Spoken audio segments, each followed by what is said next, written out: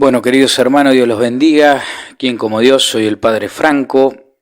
Y en este caso, bueno, vamos a hacer este video sobre un tema que tiene que ver con el sínodo de la sinodalidad que se está llevando en Roma, que ya ha finalizado esta etapa.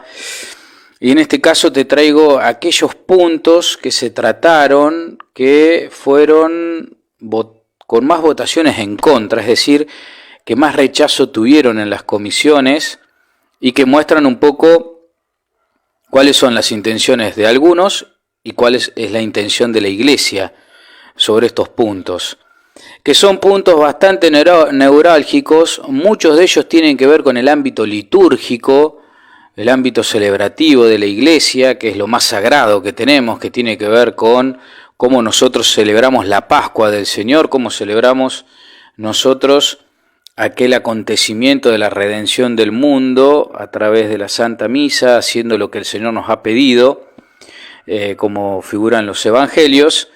Y en este caso son todos temas que han sido tratados en algunos párrafos y que han resultado con más votos en contra, es decir, que han tenido mayor rechazo. Y el primero tiene que ver con los jóvenes.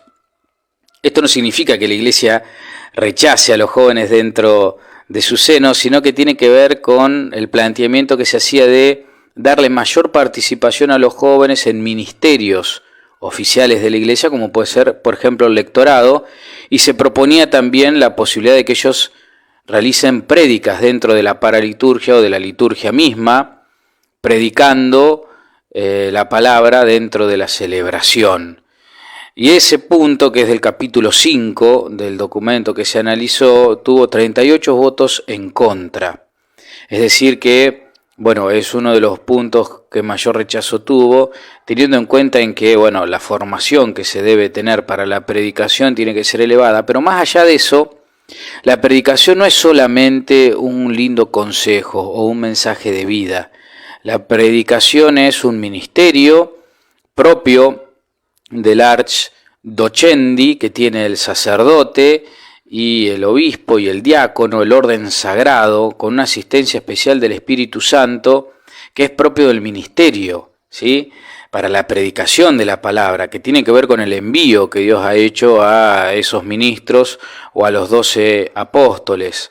Por lo tanto, la predicación no es solamente un compartir la palabra, un rumear la palabra, sino que es un sacramental y como tal produce gracia, y produce gracia en orden al ministerio que se porta. Por eso estos obispos se han manifestado de alguna manera con votos en contra hacia esto, porque, bueno, no solo tiene que ver con la formación o con establecer un ministerio, sino que tiene que ver con el arte mismo del orden sacerdotal, el arte mismo del orden sagrado. La predicación no es ni palabras bonitas, ni un momento lindo de encuentro, sino que justamente es la capacidad de anunciar el Evangelio e ir a hacer que todas las naciones sean discípulos de Jesús. Por lo tanto, la predicación tiene que ver con suscitar la fe en el otro, y eso, bueno, es propio del ministerio sacerdotal, del orden sagrado, para decirlo con mayor precisión.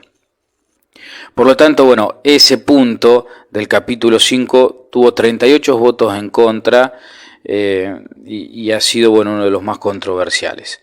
El otro es del capítulo 15, que han tenido 39 votos en contra, y es sobre el tema de las orientaciones sexuales, que se planteaba que se necesitaba alguna aclaración más puntual sobre la inteligencia artificial, sobre la orientación sexual, sobre la utilización de determinadas tecnologías, etc. Y allí algunos obispos y algunos peritos de este sínodo lo que decían es que, bueno, que el magisterio era claro al respecto y que no hacía falta generar mayor aclaración y que no le competía al sínodo hacer esas aclaraciones en todo caso. Es decir, bueno, ya hay, ¿sí?, aclaración, y es... Bien, tuvimos un corte de internet. Bueno, en todo caso, esta nueva aclaración entonces sobre la orientación sexual no encuentra demasiado, porque va a corresponder, dicen estos padres sinodales, más que nada a aquellos dicasterios que se dediquen a los laicos, que se dediquen a la doctrina de la Congregación para la Fe, la Congregación de la Doctrina de la Fe, etc. Así que los sinodales decían que no era un ámbito ahora para tratar. Otro punto fue el capítulo 16, que era discernir el tema de la poligamia en países como África, Madagascar, etc. Tuvo 43 votos en contra. Ese punto lo que trataba de buscar es ver alguna estrategia para acoger a aquellas personas o aquellas tribus que practican la poligamia en esos lugares y cómo ir orientándolos hacia la monogamia o aceptarlo directamente con esa práctica, cómo poder hacerlo. Bueno, nuevamente ahí los padres sinodales lo que dijeron es que no era necesario, ¿sí?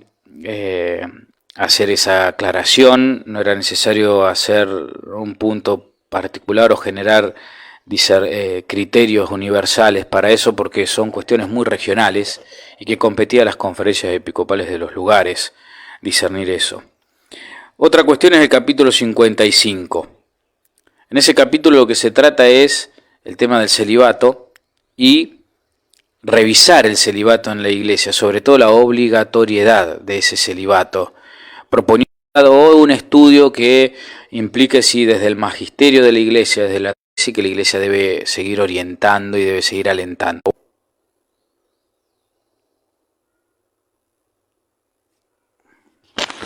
Bueno, en este caso nosotros sabemos que el celibato no es solamente una cuestión disciplinar. Si bien es verdad que hay concilios que han establecido la obligatoriedad del celibato y que en algún momento de la iglesia ese celibato sacerdotal convivía en la iglesia de Oriente con los curas o los sacerdotes casados, etc. Sabemos de que no es solamente una cuestión meramente disciplinar, sino que tiene que ver también con, un modo que Jesús ha establecido, lo dice la Escritura. Hay algunos que se hacen eunucos por el reino de los cielos. San Pablo también aconseja no casarse para no tener el corazón dividido. Es decir, no es solamente una práctica disciplinar, algo que la iglesia puede modificar así nomás, sino que, tiene profundas raíces en la tradición, en el magisterio y también en la Sagrada Escritura, para algo que tiene que significar para la iglesia una gran bendición. El celibato es una bendición para la iglesia católica, no es ni una condenación, ni un sacerdote está obligado a abrazarlo, sino que uno sabe que cuando Dios llama, aquí en la Iglesia de Oriente, Dios llama a una exclusividad. Y esa exclusividad implica una entrega total. Como la exclusividad que puede experimentar un esposo cuando se enamora de su esposa o una esposa cuando se enamora de su esposo. Esa exclusividad de un vínculo, de una relación.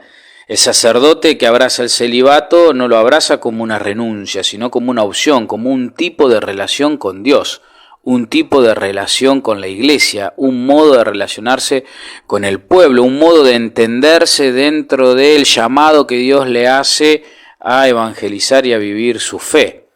Por lo tanto, no es simplemente una cuestión disciplinar. Por eso, este punto del capítulo 11 tuvo 55 votos en contra, un rechazo grande de este tratamiento. La iglesia ya lo ha establecido a esto, ya lo ha estudiado en reiteradas ocasiones y realmente ve, y yo como sacerdote también lo digo, el celibato sacerdotal es una bendición para el sacerdote, no es una renuncia, es una opción, es un modo de relacionarse con Dios, es una gracia y es una gran bendición para toda la iglesia, tener un sacerdote absolutamente dedicado a Dios y entregado a Él. Obviamente que para eso, para poder llevar adelante bien el celibato sacerdotal, el sacerdote tiene que tener una profunda vida contemplativa, ¿sí? Una profunda relación con Dios, una profunda comunión con Él, pero sobre todo una profunda relación contemplativa con la Eucaristía, con la Santa Misa,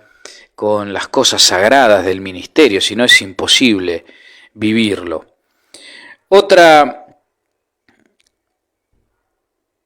Otro punto que tuvo rechazo dentro de los sinodales es el tema del acceso de las mujeres a el diaconado, ¿sí? El diaconado, las diaconisas.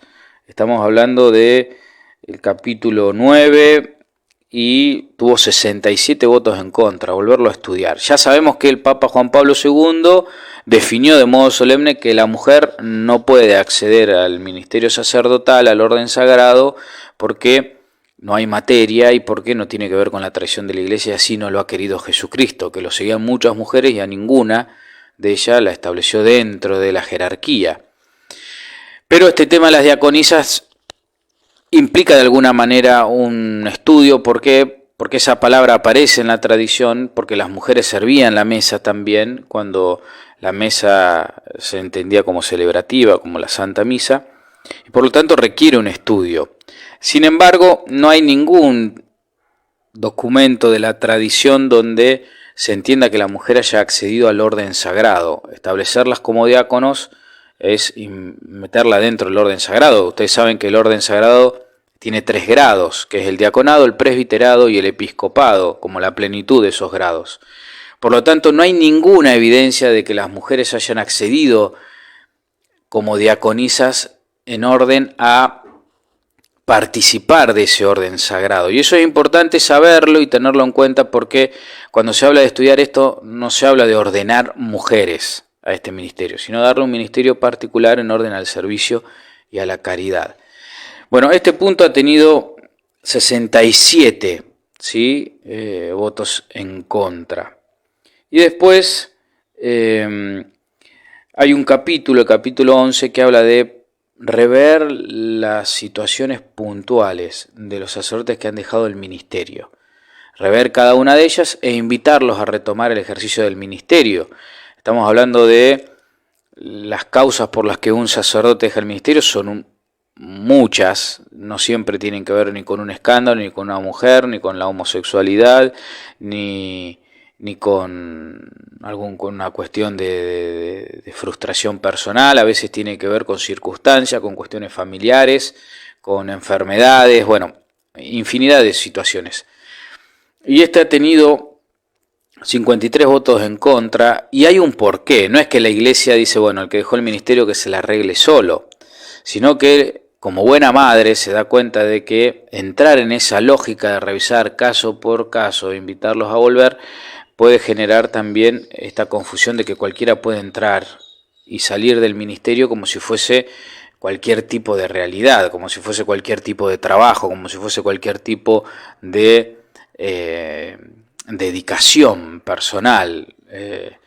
Y eso es importante saberlo, porque estamos hablando de una vocación puntual. No es como cualquier vocación, la vocación sacerdotal, sino que es un llamado especial y es un asentimiento de la voluntad de la persona a seguir de algún modo a Cristo. Revisar cada caso no está mal, la Iglesia lo hace. Cuando un sacerdote deja el ministerio, la Iglesia se le acerca, se lo charla, se le brinda acompañamiento, etc. No es que es algo que no se haga. Por lo tanto, bueno, es un punto que ha sido controversial, un punto difícil también de analizar, porque hay que seguir acompañando a cada uno de estos sacerdotes.